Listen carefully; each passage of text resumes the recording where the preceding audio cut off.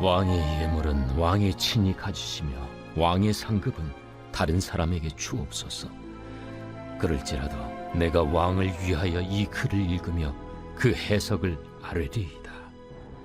왕이여, 지극히 높으신 하나님이 왕에 붙인 느부갓네살에게 나라와 큰 권세와 영광과 위엄을 주셨고 그에게 큰 권세를 주셨으므로 백성들과 나라들과 언어가 다른 모든 사람들이 그의 앞에서 떨며 두려워하였으며 그는 임의로 죽이며 임의로 살리며 임의로 높이며 임의로 낮추었더니 그가 마음이 높아지며 뜻이 완악하여 교만을 행함으로 그의 왕위가 폐한바되며 그의 영광을 빼앗기고 사람 중에서 쫓겨나서 그의 마음이 들짐승의 마음과 같았고 또 들나귀와 함께 살며 또 소처럼 풀을 먹으며 그의 몸이 하늘 이슬에 젖었으며 지극히 높으신 하나님이 사람 나라를 다스리시며 자기의 뜻대로 누구든지 그 자리에 세우시는 줄을 알기에 이르렀나이다.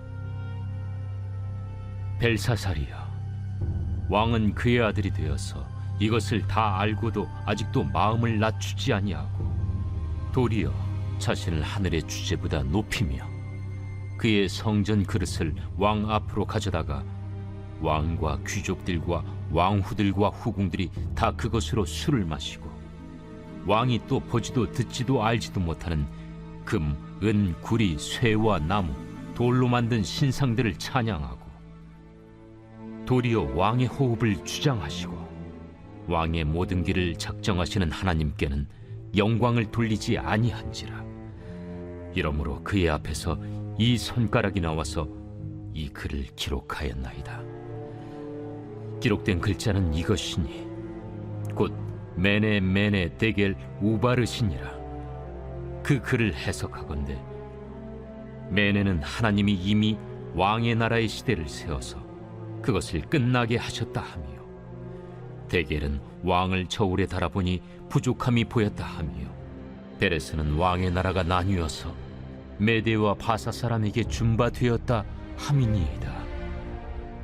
이에 벨사살이 명하여 그들이 다니엘에게 자주색 옷을 입히게 하며 금사슬을 그의 목에 걸어주고 그를 위하여 조서를 내려 나라의 셋째 통치자로 삼으니라. 그날 밤에 갈대아 왕 벨사살이 죽임을 당하였고 메대 사람 다리오가 나라를 얻었는데 그때 다리오는 62세였더라.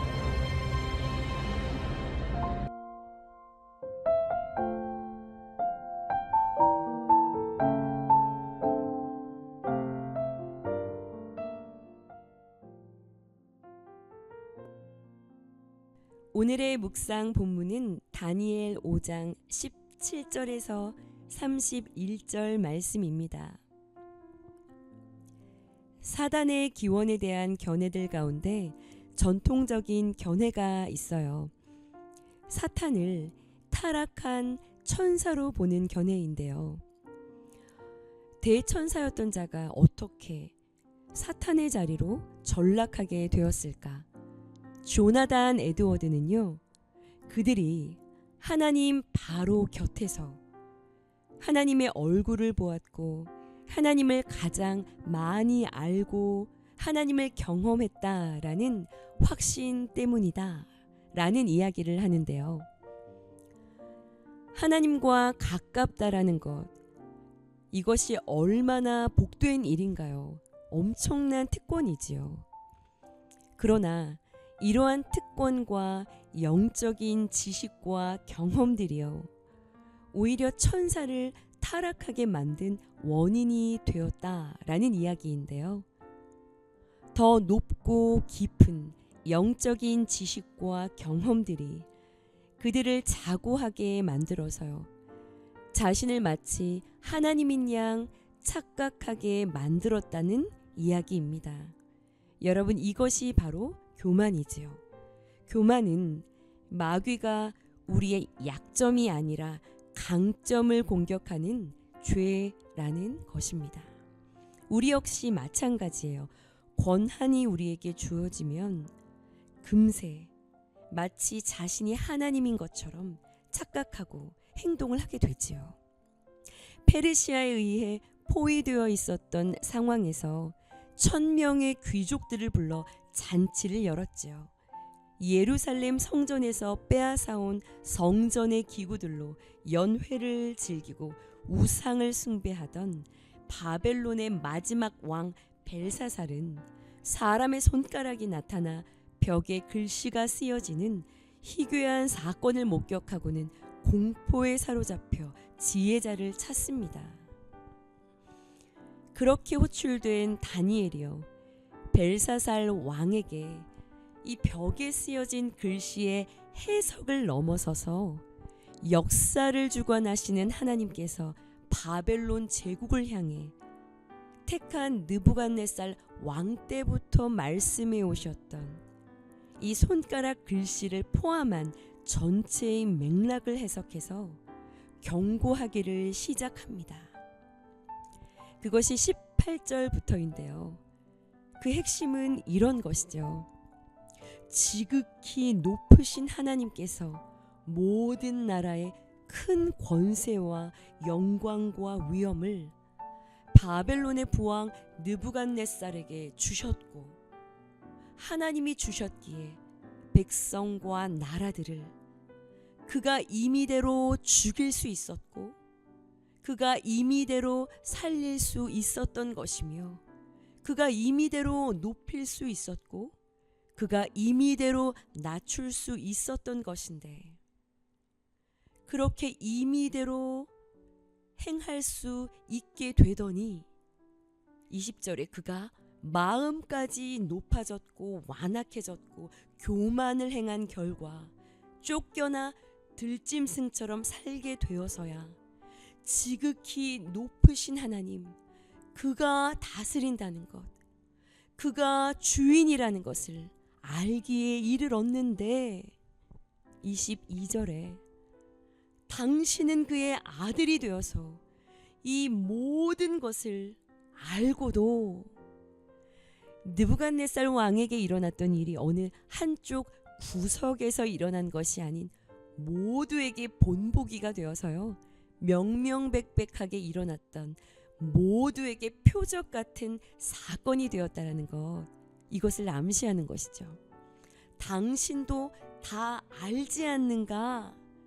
그럼에도 아직도 마음을 낮추지 않고 오히려 자신을 하늘의 주제보다 높이며 그를 위해 준비된 기구들로 술을 마시며 당신의 호흡을 주장하시고 당신의 모든 삶의 길을 작정하시는 하나님께로 돌이키지 않고 그에게 영광을 마땅히 돌리지 않고 각양의 우상들을 찬미하지 않았던가?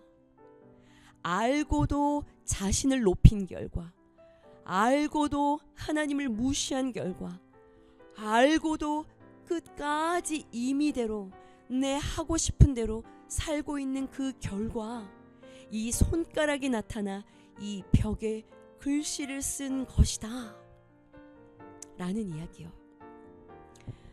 이 글은 메네메네 데겔 우바르신, 이 글은 이는 하나님이 공의의 저울에 당신을 달아보셨고 부족함을 보셨기에 이 나라를 곧 나누실 것이라는 하나님의 계획을 보여주신 것이다 라는 이야기를 합니다. 여러분, 그런데요, 안타깝게도 이 경고와 심판의 메시지를 듣고요, 이 벨사살은 다니엘을 치하함으로 이 사건에 대한 마무리를 그렇게 짓고 있는 이 안타까운 모습을 볼 수 있어요.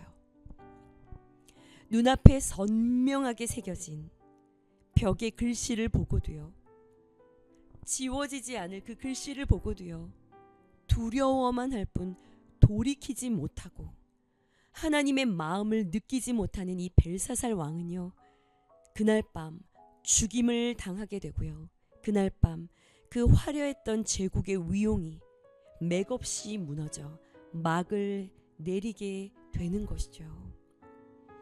여러분, 오늘 묵상 질문입니다. 나는 하나님의 말씀이 성취될 것을 믿고 미리 듣게 된 경고의 말씀으로 심판의 날을 준비하고 있습니까? 끝없는 욕심으로 세상적인 방법으로 달려가던 자신을 멈춰 세우시고 내 힘으로 아무것도 할 수 없다 라는 고백을 하게 한 척추 수술이 허리에 새겨두신 하나님의 글씨였다라는 것을 고백하는 한 성도분의 묵상 간증이 실려 있습니다. 벨사살에게 주신 벽 글씨와 같이요. 여러분, 내 힘으로 할 수 없다라는 것을 고백하게 하는 내 삶에 새겨주신 하나님의 벽 글씨가 있으신가요? 때로는 육체의 질병으로, 관계의 아픔으로, 가정의 문제로, 해결되지 않는 사건으로 나를 낮추시고 더 이상 세상적인 방법이 아닌 내 힘으로가 아닌 하나님의 품을 향해 달려가도록 내 삶에 선명하게 새겨두신 하나님의 벽 글씨가 있으신가요? 여러분, 여러분의 삶에 새겨두신 하나님의 벽 글씨를 바라보시며 오늘도 나의 임의대로 살아가는 삶이 아닌 내 삶의 주인 되신 하나님께 드려지고 맡겨진 삶으로 겸손하게 주의 얼굴을 구하는 삶으로 주님과만 동행하시는 저와 여러분들의 하루가 되시기를 간절히 소원합니다. 함께 기도하시겠습니다. 일제에서 벗어나고 대한민국의 정부가 세워지며 주께서 이 나라를 사랑하신다는 선명한 글씨를 새겨두신 8.15 광복절입니다. 벨사살같이 내 욕심에 함몰된 인생이 아닌 하나님께서 하시는 일에 열리어진 영적인 시야를 가지고 시대에 빗된 사명을 감당하는 다니엘 같은 사명자로 살아가게 하여 주옵소서. 내 삶에 새겨두신 하나님의 글씨를 묵상하며 오늘도 내 힘을 내려놓고 하나님의 품으로 달려가는 주님의 도우심을 힘입는 복된 하루가 되게 하여 주시옵소서. 예수님의 이름으로 감사하며 믿고 기도드렸사옵나이다. 아멘. 아멘.